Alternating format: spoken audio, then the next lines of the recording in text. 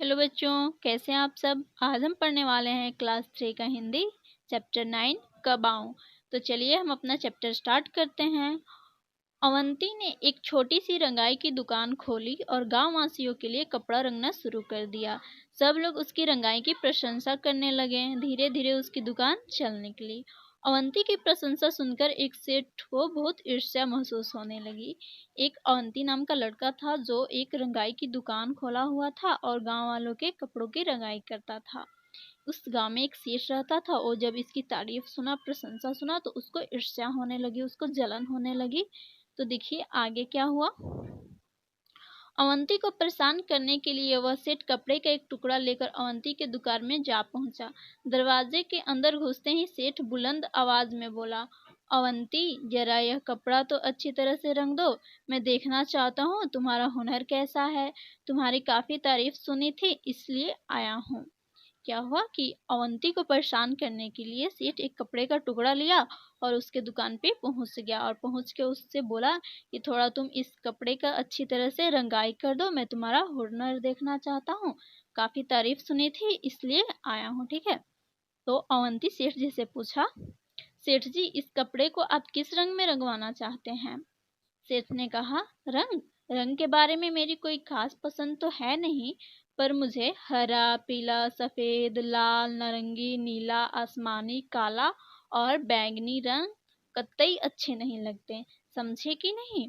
जब अवंती ने सेठ जी से पूछा कि आपको कौन से रंग पसंद है, कपड़े को किस रंग में रंगवाना चाहते हैं आप, तो सेठ जी बोले कि रंग के बारे में मेरी तो कोई खास पसंद है नहीं।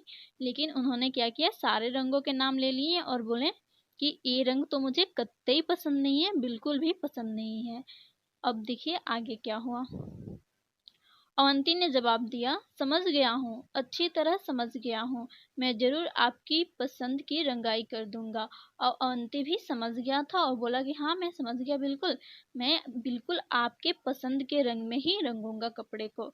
अवंती ने सेठ का मंसूबा भांपते हुए उसके हाथ से कपड़े का टुकड़ा ले लिया और उसको तो सेठ का इरादा मालूम चल गया था। देखिए, मंसूबा का मतलब होता है इरादा।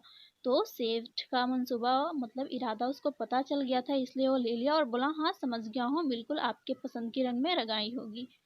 सेठ खुश होकर कहा, अच्छा तो इसे लेने में किस दिन आऊं। अब सेठ पूछ रहा है कि मैं कपड़े को लेने किस दिन आऊं। तो देखिए अवंती क्या कहता है। फिर अवंती कहता है, अवंती ने कपड़ों को अलमारी में बंद करके उसमें ताला लगा दिया और सेठ से बोला, आप इसे लेने सोमवार, मंगलवार, बुधवार, बृहस्पतिवार, शुक्रवार, शनिवार और रविवार को छोड़कर किसी भी दिन आ सकते हैं। अब तो अवंती समझ गया था सेठ का इरादा, इसलिए उसने कपड़ा ले लिया, अलमारी में बंद कर दिया और बोला कि आप इसे लेने। उसने सारे सप्ताह के सारे दिनों के नाम ले लिए और बोले, इनके अलावे किसी भी दिन आ सकते हैं, ठीक है। सेठ समझ गया कि उसकी चाल उल्टी पड़ चुकी है, अतः भलाई धीरे से खिसक लेने में ही है। फिर सेठ ने दोबारा अवंती की दुकान में घुसने की हिम्मत नहीं की। अब सेठ को समझ आ गया था कि ये तो मेरी चाल मुझ पे ही उल्टा पड़ गई। अब सेठ सोचा कि यहाँ से धीरे से निकल लेने में ही भलाई है, और उसके बाद फिर सेठ कभी उसके दुकान में गया नहीं। तो बच्चों, बहुत अच्छी थी ये कहानी, काफी मजेदार थी। चलिए अब इसमें का थोड़ा सा क्वेश्चन देख लेते हैं। क्वेश्चन है, सेठ ने किस रंग में कपड़े रंगने को कहा। सेठ ने किसी रंग में भी कपड़े रंगने को नहीं कहा, उन्होंने सारे रंगों को मना कर दिया था। अंती ने कपड़ा अलमारी में बंद कर दिया, क्यों। क्योंकि सेठ ने उसे किसी रंग में रंगने को नहीं कहा था, सेठ तो उसको परेशान करने के इरादे से गया था, इसलिए। सेठ कपड़ा लेने किस दिन आया होगा, किसी दिन नहीं, क्योंकि अवंती ने भी तो उसको सारे दिन से मना कर दिए थे आने से, इसलिए वो किसी दिन नहीं गया होगा। तो बच्चों, आपको ये कहानी कैसी लगी। उम्मीद है आपको ये कहानी अच्छी लगी हो। कहानी अच्छी लगी हो तो लाइक करें, शेयर करें, कमेंट करें और हाँ, चैनल को सब्सक्राइब करें।